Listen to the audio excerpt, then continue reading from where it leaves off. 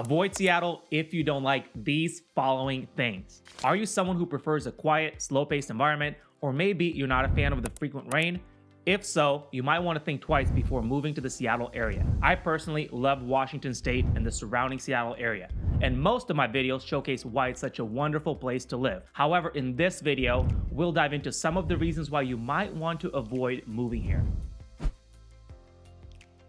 Hi, my name is Darius and I'm your Greater Seattle Realtor friend. I put out weekly videos all about the Seattle area, so if you're new here, please be sure to subscribe to the channel so you don't miss any future videos. Seattle has its own unique set of characteristics that might not be for everyone. So let's explore some interesting facts and details that could help you decide if Seattle area is the right fit for you.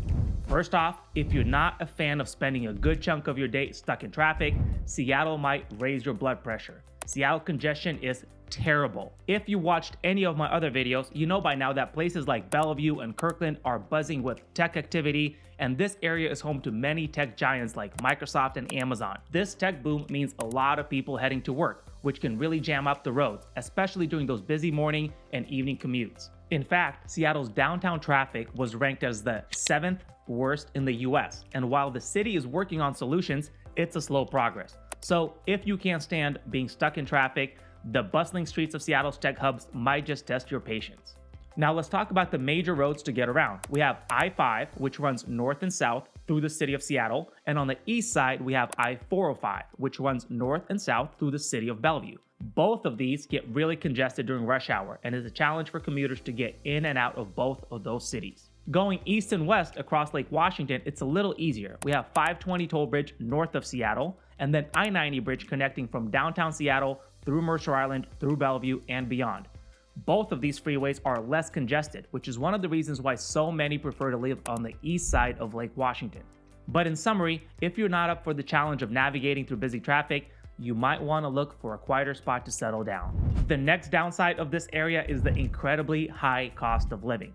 Seattle and the surrounding areas have a lot to offer, but it's not cheap, especially over on the east side, places like Bellevue and Kirkland, where the cost of living can really give you sticker shock. For instance, Bellevue's cost of living is 49% higher than the national average, and when it comes to housing, the median home costs in the Seattle area, King County specifically, over $850,000, which is way above what you would find across most other cities in the country. And it's not just the roof over your head that'll cost you more. We're talking groceries, a cup of coffee, and getting around town. They all add up. In Seattle, you might find yourself spending more than you used to for daily essentials. For example, a gallon of milk or a dozen of eggs can cost you a bit more than the national average. And let's not forget about getting around. With gas prices and public transportation fares, commuting can take a chunk out of your budget too. So if you're thinking about moving to the east side of Seattle, it's a good idea to take a hard look at your budget and make sure that you can comfortably cover all of these extra costs. Next, let's talk about the famous Seattle rain. Yes, it's true. Seattle and the surrounding areas on the east side get a lot of rain throughout the year. For instance, Seattle sees an average of 152 rainy days annually. But here's a silver lining. All of that rain keeps the area beautifully green. From the towering trees and the lush parks, the rain feeds the stunning landscape that make this the evergreen state. However, if you're the type that needs the sun year-round or loves a clear blue sky, the frequent gray days in Seattle might have you longing for a bit more vitamin D. But this rainy reputation also has its perks. The rain contributes to the region's thriving coffee culture. There's nothing quite like cozying up with a warm cafe with a hot cup of coffee on a rainy day. Plus, the rain supports a variety of outdoor activities that are pretty unique to the area. But if endless days of drizzle and the sound of rain tapping against your window aren't your idea of paradise, the weather in Seattle on the east side might be a bit of a challenge for you. Moving on, other than rain, if you're not a fan of the cold and the chaos that snow can bring, you might want to steer clear of Seattle during the winter months. Since Seattle is known for its rainy weather, it can also get some snow in the winter months. But here's the thing, Seattle isn't exactly known for heavy snowfall, so when it does happen, it can throw a wrench in the works. The city has over 50 vehicles equipped to fight the snow and ice, but they focus on critical routes. Think major roads that lead to hospitals and emergency services. But many neighborhood roads can be dangerous to drive on. So when we have a snow or ice storm, mostly everything shuts down. Schools tend to be late or even canceled due to snow. Many employees are not able to safely make it into work, so many businesses end up closing down during snow. And while Seattle's Department of Transportation do what they can to keep the streets safe and passable, here in Seattle, we're not very equipped for times when we get a decent amount of snow. Lastly, let's discuss the homelessness situation here in the Seattle area. Homelessness is a significant issue in Seattle, and it's a complex problem that the city has been grappling with for years. So if you're considering moving here to the area, and maybe you're concerned about the social issues, it's important to be aware of the homelessness crisis. Seattle and the broader King County region have been working on providing shelters and services to those in need, and I think that's a very common issue for many major cities, and Seattle is no exception. It's mostly concentrated in the city of Seattle, and it's a big topic of public debate and policy.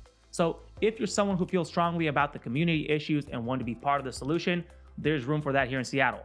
But if you're looking for a place where homelessness isn't as visible, you might want to consider other areas outside of the city of Seattle limits. On the east side and other surrounding areas, we don't see much homelessness. But those of you having to commute into the city daily for work, unfortunately, you will see how big of a crisis it really is. So, Seattle area is a place where tech world meets the great outdoors, where rain keeps everything lush and green, and where a community spirit is as strong as a cup of Seattle's finest coffee. But let's remember, every place has its quirks, and Seattle is no exception. If you're not a fan of sitting in traffic, high living costs, or frequent drizzle, then this might not be a spot for you. And if you prefer a quiet, slow-paced life, the hustle and bustle of the regional tech hubs could be a bit overwhelming. On the flip side, if you're excited about being close to the action and where innovation is the name of the game, On the flip side, if you're excited by the thought of being close to the action, where innovation is the name of the game, and you don't mind a bit of rain, then you'll fit right in here in Seattle. If you'd like to learn more about living in the Seattle area, then please be sure to subscribe to my channel and follow me on all of my socials so you don't miss any future videos. Also, hit the like button if you found this video informative, and you can click on the boxes on the screen to view my other videos. Once again, I'm Darius, your Greater Seattle Realtor friend. Thank you for watching, and I'll catch you on the next video.